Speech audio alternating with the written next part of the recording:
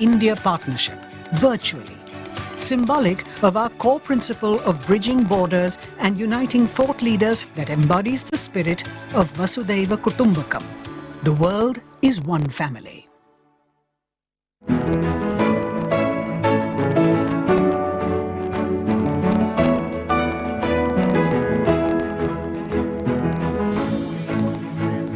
Meeting.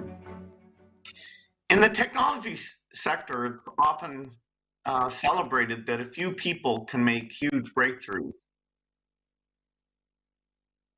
And sometimes people think that may be the way to get advances in all areas of science, including medicine. They have an image of breakthroughs being made just in the lab. And that work is very important. And that model has done great things. But today we're going to talk about advances that require hundreds of people and massive collaboration. We started Grand Challenges 16 years ago with that idea in mind, to build a global network of researchers, scientists, and innovators, and to identify the most important problems so that we could focus their collective brain power on these problems. Now, so many scientists all over the planet, whether they're in this meeting or not, are involved in a particular grand challenge, which is ending the current pandemic. All over the world, some of these researchers are breaking down silos. Rather than waiting to go through a publication process, they're sharing data on a daily basis.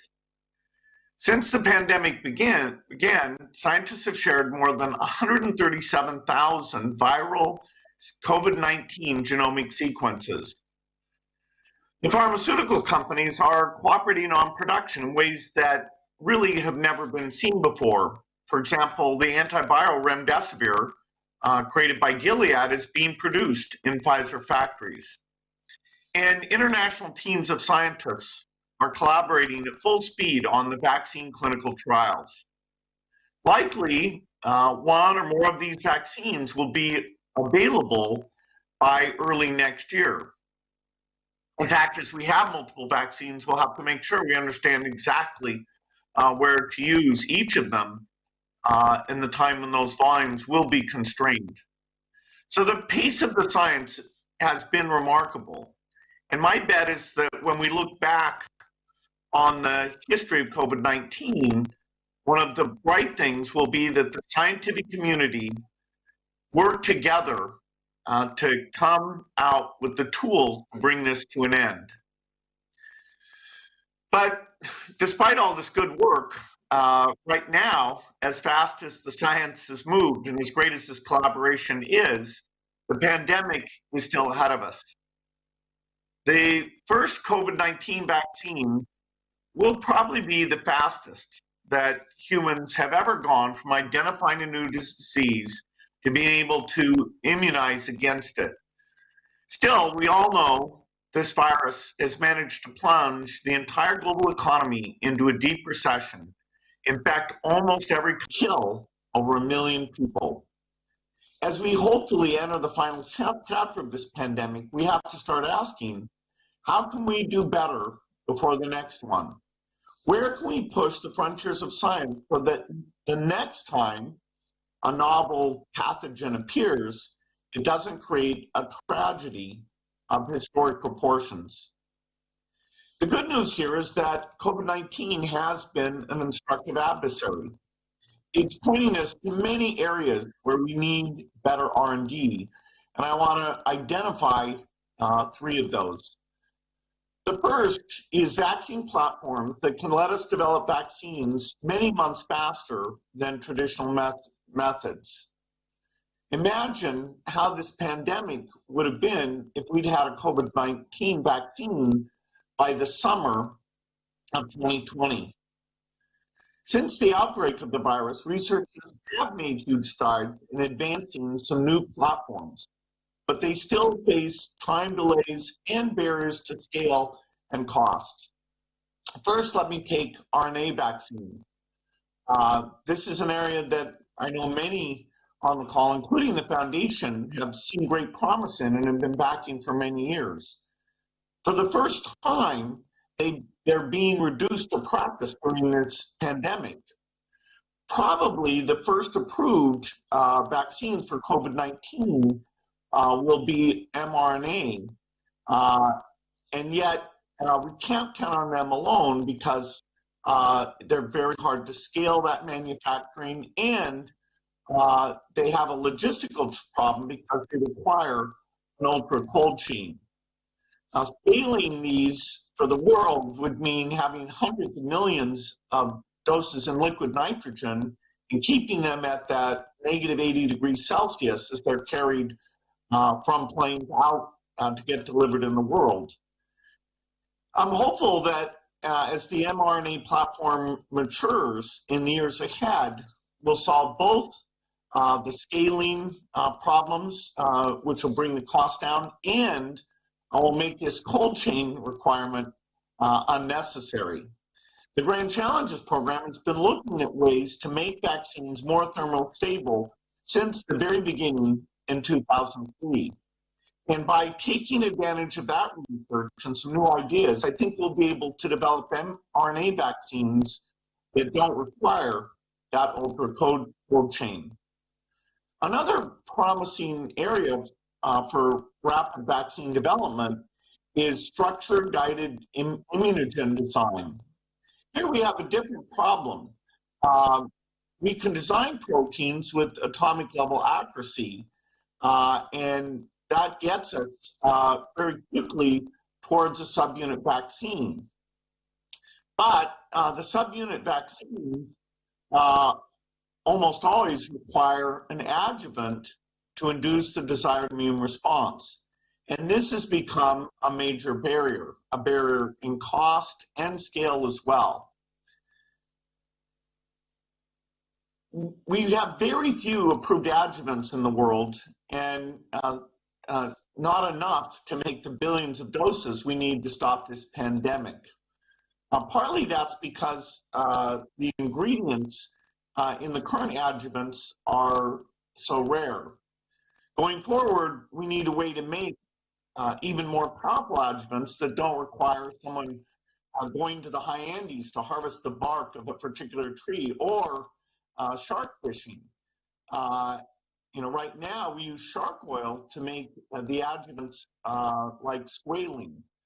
Chemically synthesized adjuvants, ones that we can make without these restricted raw natural resources, need to be a solution here.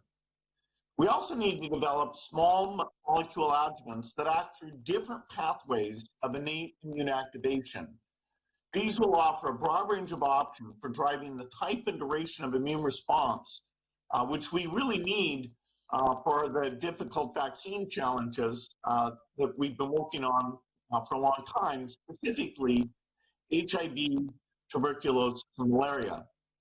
So more risk is required to advance new adjuvants, and I do think we can make huge progress on this in the next 5 years. The second area that's very important is monoclonal antibodies. This is an area where we also need more research. Platforms for generating, isolating, and analyzing monoclonals have come a long way, and we're seeing that during COVID-19. It's month 10 of the pandemic, and we're already getting some efficacy data in humans. And compared to the past, that's incredibly fast. Still, monoclonals also face challenges in the time delay to get to scale. As they're currently manufactured with mammalian cells, it takes many months to go from the seed to high-scale manufacturing. But it's possible that different production approaches, using perhaps fungal cells or plants, we could see a 5-fold reduction in that production lead time. And there may even be different ways to produce monoclonal that are cheaper and faster. Nucleic delivery platforms have the potential for accelerating response times even more. And this is an approach I'm personally quite excited about, because it would eliminate that step of having to make the antibody proteins and instead just use the body, given the genetic sequence, to make the antibodies itself. And so you, once you're dosed, would become the monoclonal factory. A third area that we need much better innovation in is diagnostic platforms. COVID, because of the asymptomatic transmission, has shown us that if we want to block change of infection, we can't just look at the people who are symptomatic. In the United States, 3 out of 4 people infected with COVID-19 are never diagnosed. Usually that's because they either have mild symptoms or none at all. And so given the difficulty of getting to testing and the limited scale we have with current techniques, these people are never diagnosed, and so they don't change their behavior and reduce the spread. Even sometimes when people are tested, the results come back negative because some of the tests are not sensitive to small amount of virus. But of course, those people often, as the virus grows, they infect people. So the diagnostics are letting us down. Right now, the current business model is based on finding people with symptoms, and we need to change that. We need sensitive and specific diagnostic for asymptomatics, and we need to make it easy to access. The good news is that the technical piece, the PCR testing, is sensitive and specific. PCR finds that needle in the haystack. A lot of our challenge, though, is the logistics. One vision is that we should have a test kit that we can spread out into the community, either into medicine cabinets or community centers, pharmacies. It would just be a Q-tip swab and an envelope.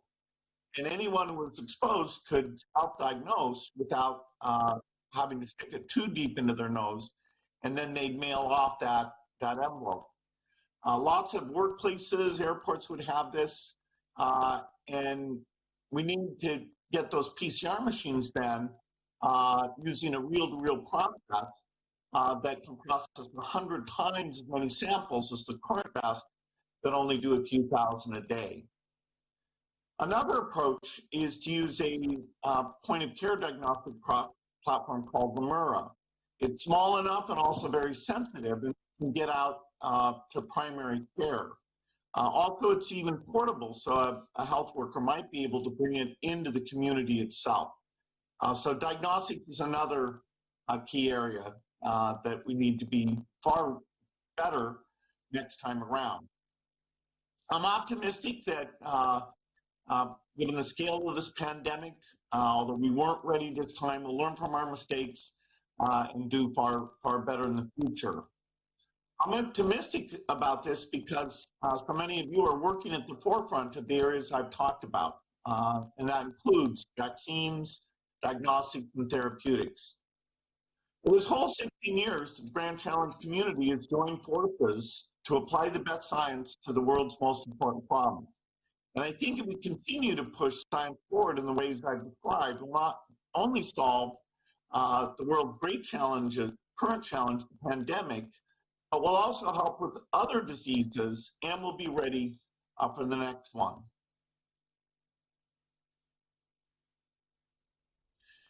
With that, let me go ahead and now introduce our keynote speaker. Before COVID, of course, we'd planned for this meeting to take place in India. And India's very inspiring because it's made huge strides in improving the health of its people over the past 2 decades. And now, India's research and manufacturing capacity will be critical to fighting COVID-19, especially when it comes to making vaccines at large scale. To speak more about the country's role in advancing health R&D, I'm pleased to introduce Prime Minister Modi. Welcome to Grand Challenges, Prime Minister. Our foundation is grateful to partner with your government to improve public health in India and around the world. We look forward to what you have to say.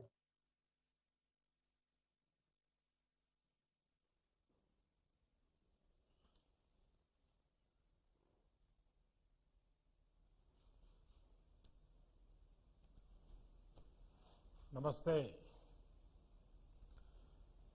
Melinda and Bill Gates, Union Minister in my cabinet, Dr. Harshvardhan, delegates from across the world, scientists, innovators, researchers, students, friends, I'm happy to be with all of you for the 16th Grand Challenges annual meeting.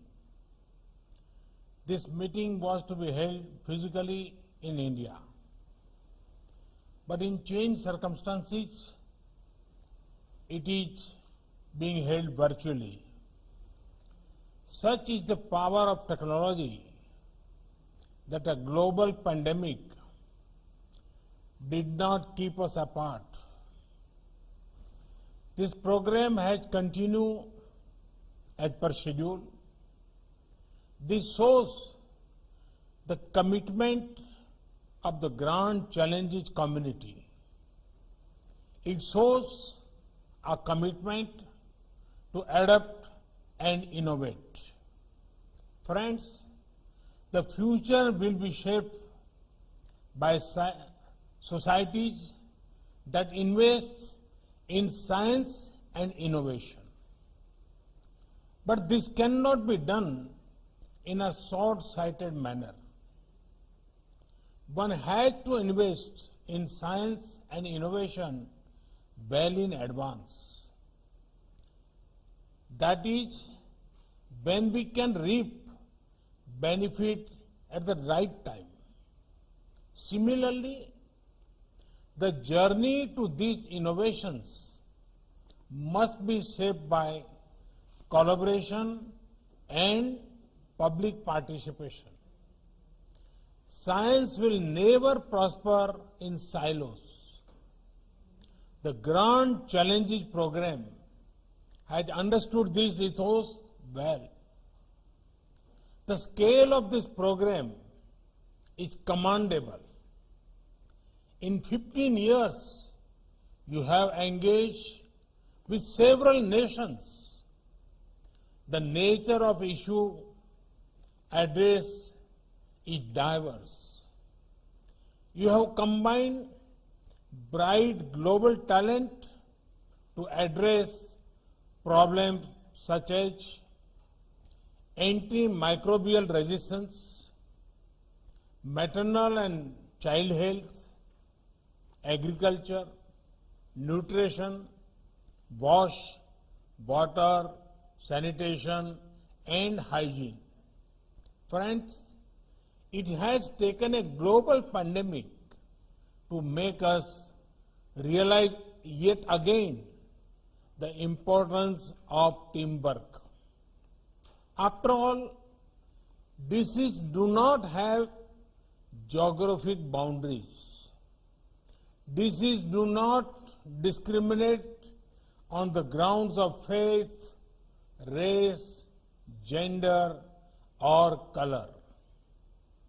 And by disease, I am not only talking about the current pandemic situation. There are several communicable and non-communicable diseases that are impacting people, especially bright youngsters. Friends, in India, we have a strong and vibrant scientific community. We also have very good scientific institutions. They have been India's greatest assets, especially during the last several months while fighting COVID-19. From containment to capacity building, they have achieved wonders. Friends, India's size, scale, and diversity has always made the global community curious.